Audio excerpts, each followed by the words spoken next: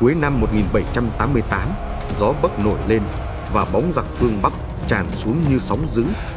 29 vạn quân Thanh áp sát Thăng Long, khói lửa cuồn cuộn. Dân chúng bỏ chạy trong kinh hoàng. Thăng Long run rẩy dưới gót giày giặc. Còn Tôn Sĩ Nghị thì kiêu căng, ánh mắt coi thường nước Nam. Tin dữ bay về Phú Xuân.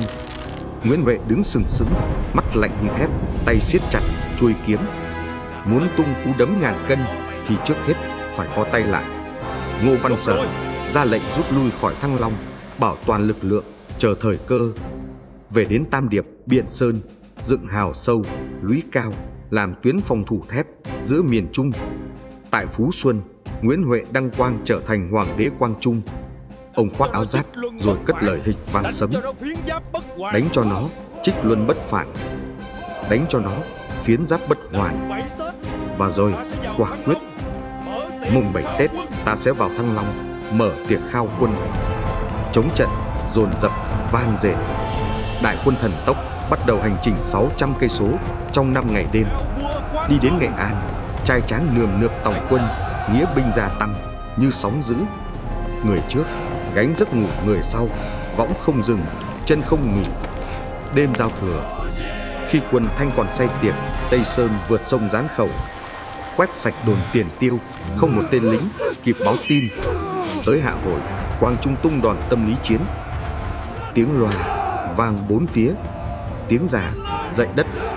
Giặc chưa thấy mặt người đã vỡ mật. Hạ Hồi đầu hàng trong chớp mắt. Mờ sáng mùng 5 Tết, sương trắng phủ mặt đất và trận quyết chiến định đoạt non sông bùng nổ. Tại Ngọc Hồi, voi chiến Tây Sơn lừng lững sông lên. Đất rung như sấm, đạn giặc như mưa, nhưng đội Cảm Tử vẫn lao vào lửa đạn. Tấm ván rơm tập nước dựng thành tường sống, ầm, cửa đồn vỡ tung. Ngọc Hồi bốc cháy, ánh lửa đỏ rực cả bầu trời.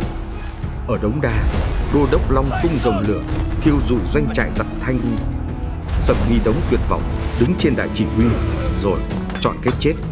Tin dữ dội về đại bản doanh. Tôn Sĩ Nghị kinh hoàng, không kịp mặc giáp, không kịp thắng yên, cắm đầu tháo chạy chặt cầu phao để thoát thân. Hàng vạn quân Thanh rơi xuống sông Hồng, dòng sông nghẽn đặc xác người và ngựa. Trưa mùng 5 Tết, bộ binh, kỵ binh, voi chiến Tây Sơn tiến vào Thăng Long. Khí thế hiển hách nhuộm sáng toàn kinh thành. Phố phường vang dậy Hoàng đế vạn tuế.